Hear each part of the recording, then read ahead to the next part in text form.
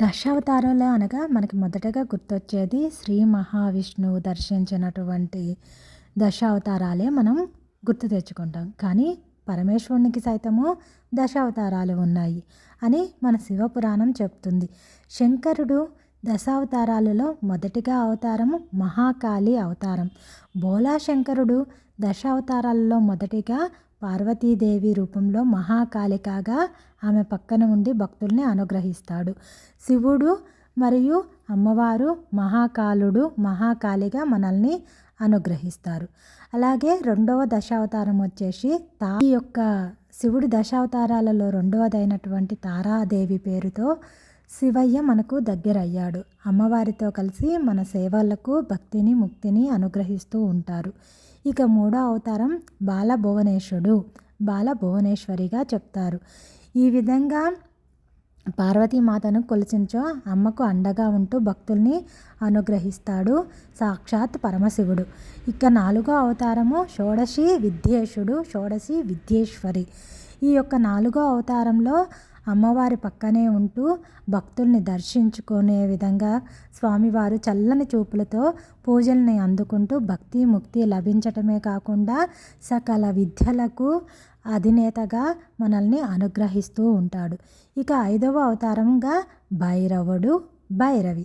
పరమేశ్వరుడు ఐదో అవతారంలో భైరవుడుగా, అలాగే అమ్మవారు భైరవిగా దర్శనమిస్తుంది మనకి. పార్వతీదేవి ఉపాసకులు అన్ని కాలాలలో అనుగ్రహించే చల్లని తల్లి పార్వతీమాత. ఈ యొక్క ఐదో అవతారంలో భక్తుల్ని ఎప్పుడూ చల్లగా చూస్తూ ఉంటుంది. భైరవుడు భైరవి రూపంలో మనందరికీ సుపరిచితమే. ఇక ఆరో అవతారం చిన్న మస్తకుడు, చిన్న మస్తకి. ఇక్కడ శివుడు అవతారంగా చిన్న మస్తకుడు, అమ్మవారేమో చిన్న మస్తకిగా కనిపిస్తూ ఉంటుంది.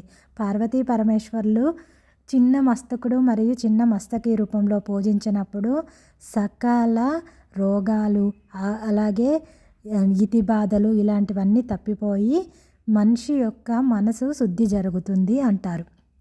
అలాగే ధూమావతుడు, ధూమావతి ఏడవ అవతారంగా చెప్తూ ఉంటారు.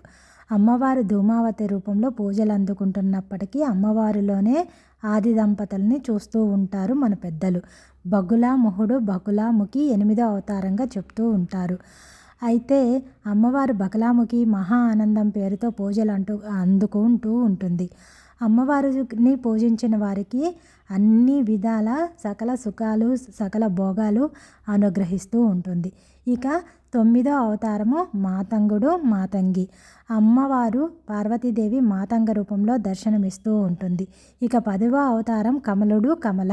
శివుడు దశావతారాలలో ఆఖరిదైనటువంటి కమలుడు, కమలినిగా అమ్మవారు ఉంటారు. విడివిడి రూపాలలో పూజించినప్పటికీ అందరి పట్ల భక్తుల పట్ల ఎంతో ప్రీతికరంగా అమ్మవారు ఉంటారు. దుష్టుల్ని శిక్షించటంలో స్వామివారు తనదైన శైలిలో చిన్న చీమ కుట్టాలి అన్న స్వామివారి అనుగ్రహం ఉండాలని మన పెద్దవాళ్ళు చెప్తూ ఉంటారు. అంటే ప్రతిదీ కూడా మన యొక్క జీవితంలో జరిగే ప్రతిదీ స్వామివారి యొక్క ఆదేశానుసారం జరుగుతుంది. ఆ ఆదేశానుసారం జరిగే వాటికి అమ్మవారు మనల్ని తల్లి రూపంలో కనిపెట్టుకొని అందరినీ అన్ని వేళలా చక్కగా అనుగ్రహిస్తూ ఉంటుంది. రాబోయే శివరాత్రి